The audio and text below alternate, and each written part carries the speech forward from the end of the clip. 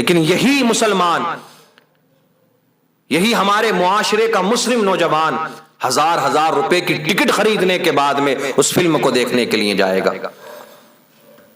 اگر باپ پیسے مانگے تو کہے گا پیسے نہیں ہے میرے پاس میں، ماں پیسے مانگے تو کہے گا میرے پاس میں پیسے نہیں ہے، ماں کے خرچے کے لیے اس کے پاس پیسے نہیں، لیکن دوستوں کو اپنے پیسوں پر، اپنے خرچے پر یہ فلم دکھاتا ہوا نظر آتا ہے۔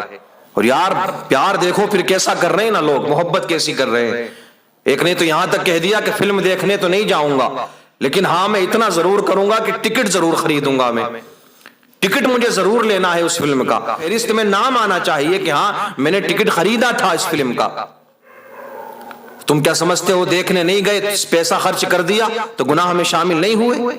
حرام کام میں پیسہ لگاؤ گے تو شامل نہیں ہوگے گناہ میں؟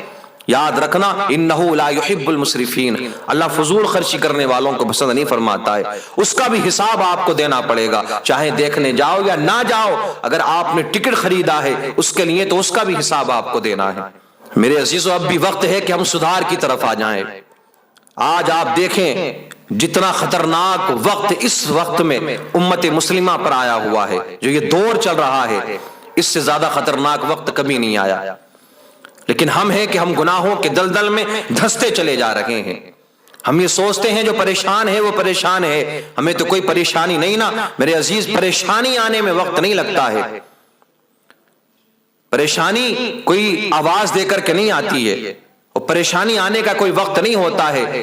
آپ گھر سے نکلے پریشانی آپ کے سامنے آ سکتی ہے، صبح سو کر کے اٹھے پریشانیاں آپ کے گھر کے آنگن میں آ سکتی ہیں۔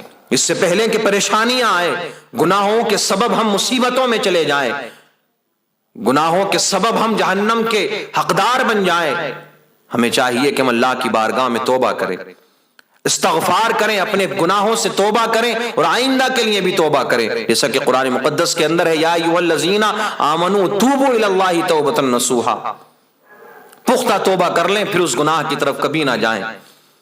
یہ گانے، یہ بجانے، یہ گندی تصویریں، یہ فلمیں، یہ ڈرامے، ان سے توبہ کر لیں، باز آ جائیں۔ یا سچے دل سے توبہ تو کر کے دیکھ، پھر دیکھ اللہ رب العزت تیری زندگی میں کیسی تبدیلیاں پیدا فرماتا ہے۔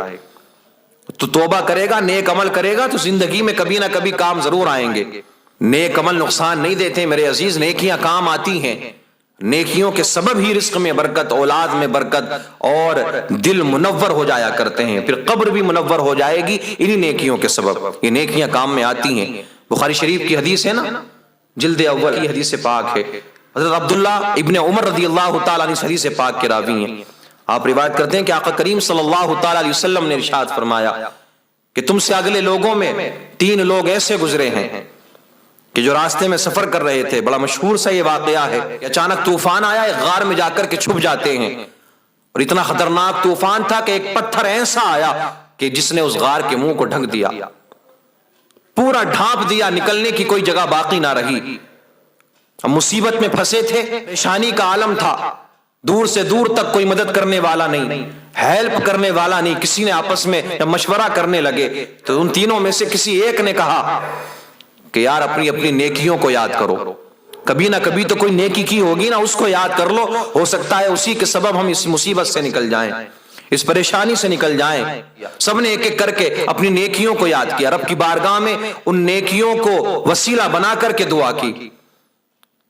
اسی میں سے ایک نے کہا نا، اے اللہ میرے پاس میں ایک میرا غلام تھا جو میرا کام کاج کیا کرتا تھا، نوکری پر میرے پاس رہتا تھا، میں اس کو چاول دے دیا کرتا تھا، چاول پر وہ میرے پاس میں مزدوری کیا کرتا تھا۔ ایک بار ایسا ہوا کہ اس نے چاولوں کو وہیں چھوڑا اور وہ اپنے گھر چلا گیا۔ جب وہ نہیں آیا میں نے انتظار کیا تو میں نے اس کے چاولوں کو بو دیا، اس میں اتنی برکت ہوئی کہ جب میں نے کھیتی کو کاٹا تو میں نے اس سے گایوں کو خریدا، پھر ان گایوں میں برکت ہوئی، ان سے بچے پیدا ہوئے۔ ایک بار وہ میرے پاس آیا کہ مجھے میرے چاول وہ لوٹا دو جو میں چھوڑ کر کے گیا تھا۔ میں نے اس سے کہا کہ یہ جو گائیں تو دیکھ رہا ہے نا، یہ تیرے چاولوں کی وجہ سے ہی ہیں، ان ساری گایوں کو یہاں سے لے کر کے چلا جا۔ اس نے انکار کیا، نہیں میرے تو چاول تھے، مجھے تو چاول چاہیے۔ اے اللہ میں نے اس سے اصرار کیا کہ یہ تیرے چاولوں کی ہی وجہ سے ہے، یہ سب تیرا ہی مال ہے۔ اس شخص نے میری بات کو مانا، ساری گایوں کو لے کر کے چلا گیا۔ اے اللہ اگر تو جانتا ہے کہ میں نے یہ عمل تیرے خوف کی وجہ سے کیا تھا تو اے اللہ ہمیں تو اس غم سے آزادی عطا فرما دے۔ تو روایت کے اندر آتا ہے کہ وہ پتھر تھوڑا سا ہٹ گیا، پھر دوسرے شخص نے اپنی نیکی کو یاد کیا، اس نے کہا مولا میرے ماں باپ بھی میرے ساتھ میں رہتے تھے، بچے بھی میرے ساتھ رہا کرتے تھے، لیکن میں دن بھر مزدوری کر کے آتا، اپنے بچوں کو بعد میں کھلاتا تھا، پہلے اپنے ماں باپ کو کھلایا کرتا تھا۔ بڑھاپے کو میرے ماں باپ پہنچ چکے تھے، میں روزانہ آتا انہیں بکری کا دودھ پلاتا، ایک دن مجھے آنے میں دیر ہو گئی، تاخیر ہو گئی، ابھی میرے بیوی بچوں نے بھی کچھ نہیں کھایا تھا، اور ادھر میرے بوڑھے ماں باپ سو چکے تھے۔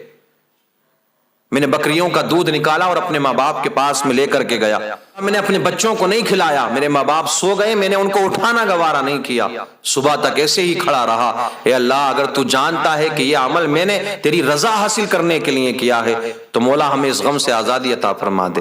روایت کے اندر آتا ہے پتھر اور ہٹ گیا، اتنا ہٹا کہ انہیں آسمان نظر آنے لگا، لیکن ابھی اتنا نہیں ہٹا تھا کہ کوئی اس میں سے باہر نکل سکتا تھا۔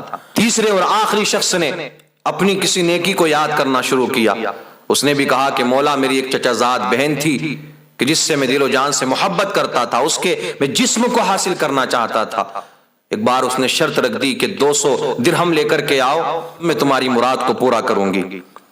میں نے جیسے تیسے کر کے محنت کی، ان 200 درہم کو حاصل کر لیا، اس کو لے جا کر کے دے دیا، وہ میرے قریب آ گئی، میں اس کے قریب گیا، ان قریب میں غلط کام کی طرف بڑھنے والا تھا تو میری چچا زاد بہن نے مجھے یاد دلایا کہ اللہ ہمیں دیکھ رہا ہے۔